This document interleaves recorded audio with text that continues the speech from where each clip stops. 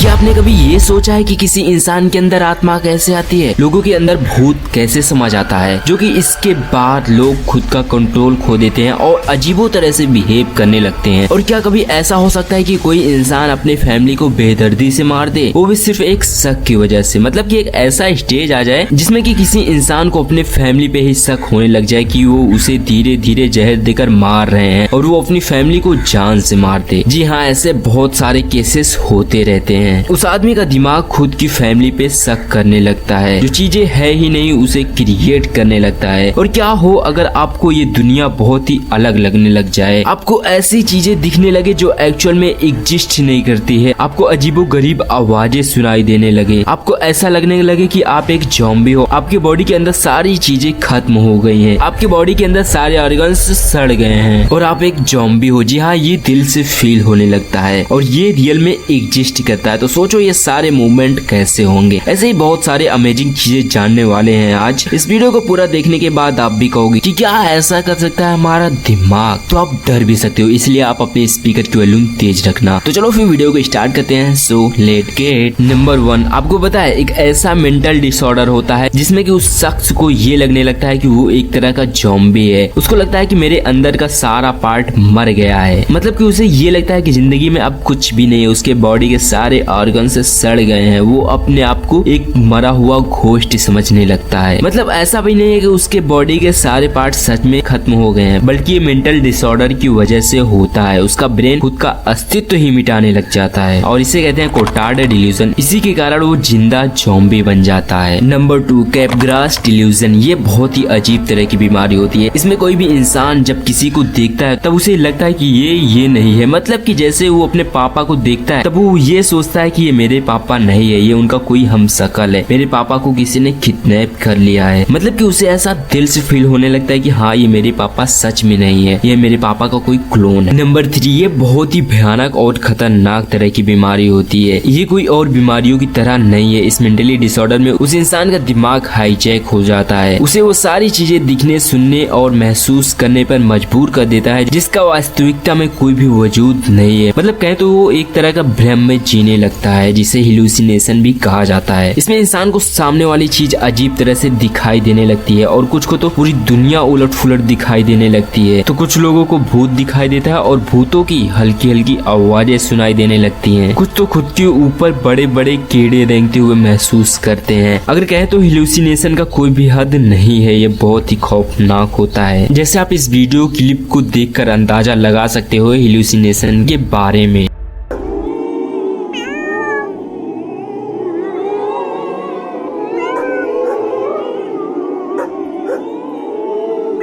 तो आप सोच सकते हो कि कैसा होगा एक ऐसी दुनिया में जीना जिसमें आप हमेशा एक डर में रहते हो कि कब क्या आपको दिख जाए, कब आप क्या महसूस करने लग जाओ। आपको हमेशा यही लगता रहेगा कि आप जहाँ जी रहे हो क्या ये रियलिटी है या फिर कोई भ्रम है। आप दूसरों पे क्या खुद पे ही भरोसा करना छोड़ दोगे, आपकी आंखों और सेंसेशन पे भरोसा ही नहीं रह जाएगा। तो सोचो आप क्या खुद को कभी सेफ फील कर पाओगे। और दुनिया के लगभग 5 करोड़ लोग इससे हर रोज गुजरते हैं और 10 में से 1% इसके कारण सुसाइड कर लेता है और 10 में से 4% सुसाइड जरूर अटेम्प्ट करते हैं। मतलब कहे तो 50% लोग सुसाइड कर लेते हैं सिजोफ्रेनिया के कारण। तो आप समझ सकते हो कि उनका एक एक दिन निकालना कितना मुश्किल होता होगा। और इसी तरह एक और डिसऑर्डर है, इसमें पेशेंट को ऐसा लगता है वो बहुत ही अमीर या फिर बहुत बड़ा पॉलिटिशियन या फिर कोई एक सेलिब्रिटी है, जबकि असली में वो एक नॉर्मल इंसान ही रहता है। उसे ऐसा भी लगता है कि कोई एक्टर या फिर सेलिब्रिटी उससे प्यार करती है। और सिजोफ्रेनिया के पेशेंट को ये तक लगने लग जाता है कि उसकी फैमिली उसके ऊपर षड्यंत्र रच रही है, उसे जहर देकर मारा जा रहा है। इन सारे स्ट्रेस टेंशन में पागल होने के कारण वो अपनी फैमिली को मार भी सकता है। कई सारे केसेस में सिजोफ्रेनिया के पेशेंट ने अपनी फैमिली को बेरहमी से मार डाला है। और इस पेशेंट में एक आम इंसान के मुकाबले 4 से 5 गुना चांसेस होते हैं कि किसी चोरी या फिर क्राइम इन सारी चीजें करने की। तो आप सोच सकते हो कि हम सब एक इंसान ही है, लेकिन हमारा दिमाग इंसान को ही मारने पर कैसे मजबूर कर देता है। सिर्फ एक दिमाग की डिसबैलेंस जिसके कारण पूरी रियलिटी चेंज हो जाती है। कभी आत्मा सामने दिखती है तो कभी खुद को ही आत्मा समझने लगते हैं। नंबर 4 DID यानी कि डिसोसिएटिव आइडेंटिटी डिसऑर्डर। अगर इसे सिंपल भाषा में कहे तो ये एक इंसान के अंदर कई तरह की पर्सनालिटी क्रिएट कर देता है। मतलब कि इंसान के शरीर के अंदर सिर्फ एक पर्सनालिटी नहीं बल्कि कई तरह की पर्सनालिटी रह रहे होते हैं। जैसे कभी वो अपने कैरेक्टर में जी रहा होता है तो कभी दूसरे के, और ऐसे एक साथ कई तरह के कैरेक्टर के साथ वो जीता है। सिर्फ इतना ही नहीं, उसके हाव भाव चाल सब कुछ बदल जाता है। ऐसा लगता है मानो उसके अंदर कोई आत्मा चली गई हो। और साइंस भी यह कहता है कि जब कोई इंसान किसी मंदिर या फिर किसी ऐसी जगह पे जाता है जहाँ पे उसके अंदर आत्मा चली आती है, तो जब उसका कैरेक्टर चेंज होता है तो उसके अंदर आत्मा नहीं बल्कि DID डिसऑर्डर बीमारी रहती है, जिसके कारण वो किसी और कैरेक्टर में चला जाता है। मतलब कि जैसे कोई इंसान मंदिर में जाता है तो उसी की भक्ति में लीन रहता है और चारों तरफ भक्ति ही चल रही होती है और वो उसे ट्रिगर कर काम करती है, जिसकी वजह से वो अपने कैरेक्टर खो देता है। इस बीमारी के कारण उसे ऐसा लगने लगता है कि भगवान मुझसे आकर बातें करते हैं और हमेशा उसी के पास रहते हैं, और कभी कभी वो खुद को ही भगवान के कैरेक्टर में महसूस करता है। तब उसे लोग भगवान मानने लगते हैं। सबको ये लगता है कि उसके अंदर भगवान आ गए हैं या फिर कोई आत्मा आ गई है, जबकि ये मेंटली डिसऑर्डर की वजह से होता है। और इसी तरह वो कई कैरेक्टर में जा सकता है, चाहे दानव, राक्षस, भगवान, एंजल, जानवर कोई भी क्यों ना हो, वो उसके कैरेक्टर में जा सकता है। तो ऐसा भी नहीं है कि ये रेयर पाया जाता हो, बल्कि दुनिया में लगभग 7 करोड़ लोग इस बीमारी के शिकार हैं। लेकिन इसे लोग भगवान या फिर कोई आत्मा का नाम दे देते हैं, और ये सिर्फ एक धर्म में नहीं बल्कि सारे धर्म में इसे माना जाता है। सभी धर्म में उन्हें भगवान मानकर पूजा जाता है और ऐसे डेली लाखों केसेस होते रहते हैं। उनमें से कुछ को तो पागल समझा जाता है तो कुछ को भगवान माना जाता है, क्योंकि DID के पेशेंट इतने खतरनाक होते हैं वो किसी के भी कैरेक्टर में जाके उसी की तरह बिहेव करने लगते हैं। और मेरे कहने का मतलब ये नहीं है कि आत्मा होती नहीं, वो किसी के अंदर समा नहीं सकती, बल्कि ज्यादा केसेस में DID के पेशेंट ही पाए गए हैं। और DID के पेशेंट को जब ये डिसऑर्डर होता है तब वो धीरे धीरे उसी के कैरेक्टर में रहने लगता है। तो मेरा मतलब ये नहीं है कि आत्मा होता ही नहीं है, और मेरा मानना भी है कि आत्मा होती है पर वो किसी के अंदर रेयर पाई जाती है। और आत्मा होती है या नहीं है आप पे डिपेंड करता है कि आप इसे मानते हो या नहीं। और पहले ही मैंने आत्मा को प्रूव किया कि आत्मा होती है या नहीं। आई बटन में उसका लिंक मिल जाएगा, वहां से देख सकते हो आप। और किसी स्पेसिफिक टॉपिक पे वीडियो बनवाना चाहते हो तो कमेंट कर देना, उस पे भी वीडियो बना देंगे। और इस जानकारी के लिए वीडियो लाइक करना तो बनता है, सो लाइक कर देना। और चैनल को अभी तक सब्सक्राइब नहीं किया तो करते वक्त बेल आइकन जरूर दबा देना, ताकि आपको आगे ऐसे ही बहुत अमेजिंग वीडियो की नोटिफिकेशन मिल सके। सो